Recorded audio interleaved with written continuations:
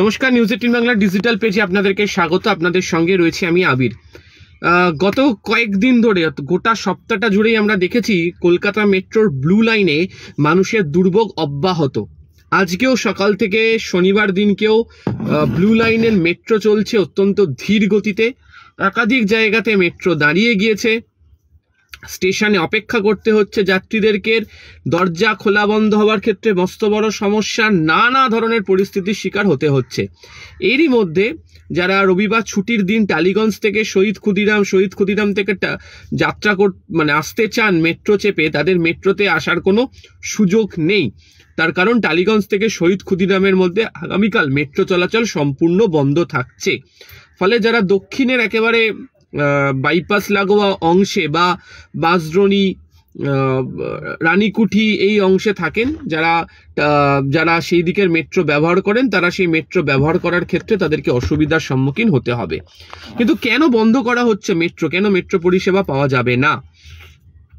কারণ ব্যাখ্যা করতে গিয়ে যেটা উঠে আসছে সেটা হচ্ছে যে, প্রথম বিষয়, মেট্রো শহীদ ক্ষুদিরাম এবং কবি সুভাষের মধ্যে একটা রিভার্সেবল পয়েন্ট তৈরি করার কাজ শুরু করছে। আপনারা জানেন যে কবি সুভাষ মেট্রো স্টেশন ভাঙার সিদ্ধান্ত নেওয়া হয়েছে। কবি সুভাষ মেট্রো স্টেশন ভাঙার কাজও অল্প কিছুদিনের মধ্যে শুরু হতে চলেছে।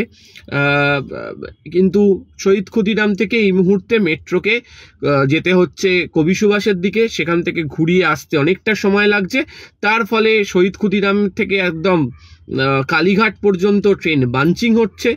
বিভিন্ন ট্রেনের গড় সময় বেড়ে গিয়েছে, যাত্রীদের দুর্ভোগের মধ্যে পড়তে হচ্ছে এবং ট্রেনে যাতায়াত করাটা কার্যত মানুষের কাছে প্রাণান্তকর অবস্থা দুর্বিষহ হয়ে উঠেছে। তো এই পরিস্থিতিতে রিভার্সেবল পয়েন্ট হয়ে গেলে যেটা হবে সেটা হচ্ছে শহীদ ক্ষুদিরাম থেকেই মেট্রো ঘুরিয়ে নিতে পারা যাবে, কবি সুভাষ পর্যন্ত গিয়ে অতিরিক্ত সময় নষ্ট করতে হবে না এবং সহজে মেট্রোটা চালানো যাবে। তো সেই কাজই হবে।